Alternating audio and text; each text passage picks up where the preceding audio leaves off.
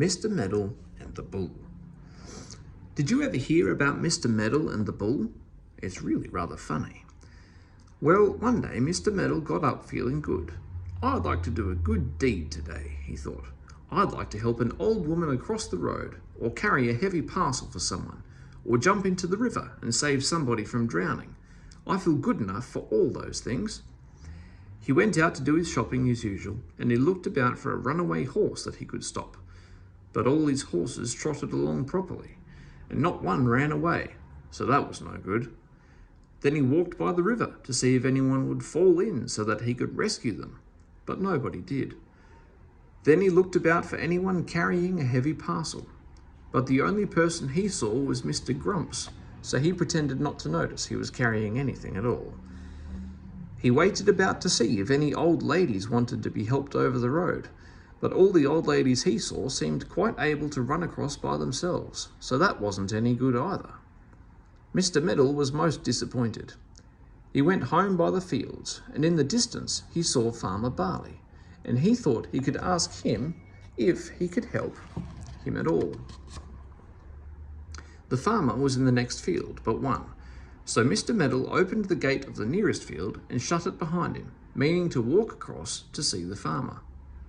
The farmer heard the click of the gate and turned to look over the hedge to see who it was. "I say," began Meddle, shouting loudly, "do you want—" But Farmer Barley didn't wait to hear what Meddle said. He yelled over the hedge, "Mind that bull!"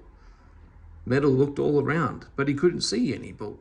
The farmer shouted again, "Didn't you hear me telling you to mind that bull?" "Now why does he want me to mind his bull?" wondered Meddle.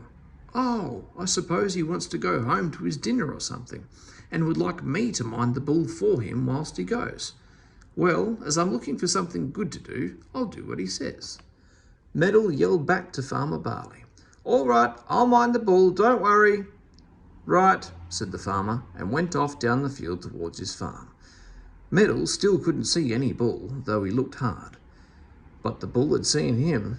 It was in a little cluster of trees, and it didn't like the look of Meddle at all. Meddle suddenly saw the bull looking at him. He decided that it didn't look a very kind animal. In fact, it looks rather fierce, thought Meddle. Well, I'll mind it for the farmer, but I hope it won't try to run away or anything, because I should just hate to try and bring it back. The bull glared at Meddle and snorted down its nose. "You needn't do that at me," said Meddle to the bull. "That's a rude noise to make it anyone minding you. Don't worry, I shan't come any nearer to you. I shall stay here and you can stay there." But the bull didn't think the same as Meddle. It came out of the trees with a run and snorted at Meddle again, whisking its big tail up into the air. "I wonder if bulls are pleased when they wag their tails," thought Meddle, feeling rather uncomfortable. "Dogs are, I know, but this bull doesn't look at all pleased as he wags his tail. Not one bit pleased. In fact, he looks awfully angry." Meddle moved away a bit. The bull moved a little nearer and gave such an alarming snort that Meddle almost jumped out of his skin. "You're making it very difficult for me to mind you," he shouted to the bull. "Do behave yourself. I'm only minding you till the farmer comes back." The bull made up his mind that he couldn't bear Meddle in his field 1 minute longer. So he snorted again and ran headlong at him, putting his head down in a horrid manner. Meddle took one look at the bull's horns and fled. How he ran! He tore to the gate with the bull after him and got there just as the bull did. The bull tried to help him over the gate with his horns and tore Meddle's trousers, making a big hole. Meddle tumbled to the other side of the gate with a bump. The bull put his head over the top bar and snorted all over Meddle. "You are a disgusting and most ungrateful animal," said Meddle angrily. "Look what you've done to my trousers, and all because I was doing a good deed and minding you for the farmer. Well, I'm not minding you anymore, so you can just do what you like. I'm going to complain about you to the farmer." So Meddle marched off to the farmhouse, feeling very angry indeed. He rapped on the door and the farmer opened it. "What's the matter?" he asked. "Plenty," said Meddle. "Look at my trousers, new last week, and that bull of yours chased me and tore them." Well, I told you to mind him, said the farmer. You should have got out of the field before he came for you.